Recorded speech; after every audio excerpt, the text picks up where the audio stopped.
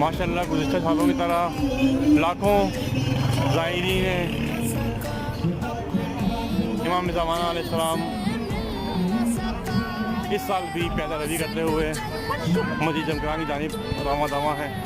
आप देख सकते हैं कि माशाल्लाह से हर तरफ जश्न का समा है, हर तरफ एक इश्क का समा है।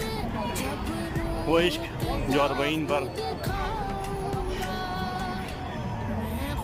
इमाम हुसैन अलैहिस्सलाम और उनके आल को पेश किया था, इसी तरह आज के दिन